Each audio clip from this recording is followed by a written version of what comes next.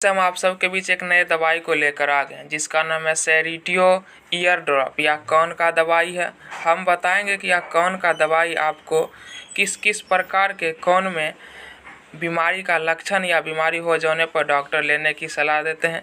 साथ ही इसमें जो मिला हुआ कंपोजिशन है एसिटिक एसिड, इसके बारे में बताएंगे। इसका प्राइस क्या है, इसे किस कंपनी के द्वारा बनाया जाता है, इसे कितना डिग्री टेम्परेचर पर रखना चाहिए, इन सभी चीज़ों के बारे में अच्छे से जानकारी देंगे। तो आप लोग वीडियो में बने रहिए। बात यदि सेरिटियो ड्रॉप का करें तो यह एक शक्तिशाली एंटीबैक्टीरियल और एंटी फंगल ड्रॉप्स है। यानी यह एक एंटीबायोटिक है लेकिन बहुत ही पावरफुल है हमारे ये ईयर के लिए यानी कानों के लिए। और इसका उपयोग की हम बात करें तो ये कान में होने वाले विभिन्न प्रकार के संक्रमण के उपचार में किया जाता है।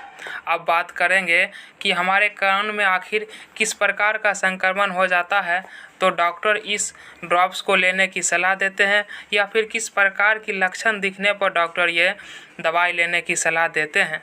तो आपको हम बता दें कि आपके कानों में यदि बैक्टीरियल इन्फेक्शन हो गया है, और बैक्टीरियल इन्फेक्शन कब होता है, जब आपकी कान का देखभाल सही से ना हो या फिर आपको सर्जरी किया गया हो, उसके बाद आपका घाव ठीक नहीं हुआ हो, या फिर पहले से ही आपका कान बह रहा हो, कान में जख्म हो गया हो, या फिर कान में सूजन हो गया हो जिस कारण आपको दर्द रहता हो।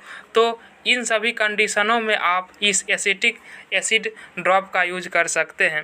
इसके साथ साथ कई और लक्षण हैं, जैसे कि आपका कान बाहर से ठीक दिखाई दे रहा हो लेकिन आप जब खाना खाते हैं तो उस वक्त आपका कान में दर्द होता है, तो उस कंडीशन में भी इस ड्रॉप को आप ले सकते हैं। इसके साथ साथ आप फंगल इन्फेक्शन, यदि आपके कानों में फंगल इन्फेक्शन हो गया, यदि आप कान को सही तरीके से साफ़ नहीं रखते हैं या फिर कान में कई प्रकार के फंगस इन्फेक्शन हो जाते हैं और आपको ईचिंग होने लगता है, बार बार खुजलाने की कोशिश करते हैं या फिर खुजलाने का एहसास होता है, या कान फिर से बहना शुरू हो जाता है इन फंगस की वजह से, तो डॉक्टर इन कंडीशनों में भी इस दवाई को लेने की सलाह देते हैं।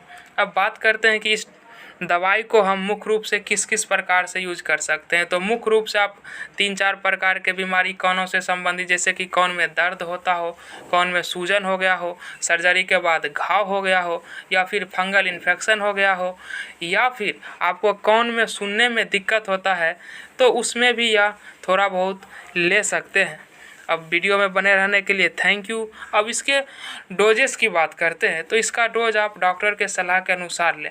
अगर आपका घाव विस्तार रूप से है या बीमारी विस्तार है तो इसे दिन में 2-3-4 टाइम भी ले सकते हैं।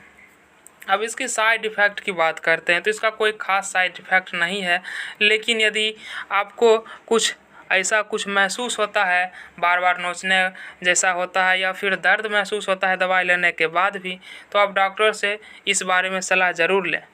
मिलते हैं अगले वीडियो में। आपको किसी प्रकार से मेडिकल से संबंधित वीडियो चाहिए तो आप कमेंट कर सकते हैं, किसी भी ड्रॉप्स के बारे में हो या किसी भी प्रकार की बीमारी के बारे में, तो आप कमेंट कर सकते हैं। मिलते हैं अगले वीडियो में। जय हिंद।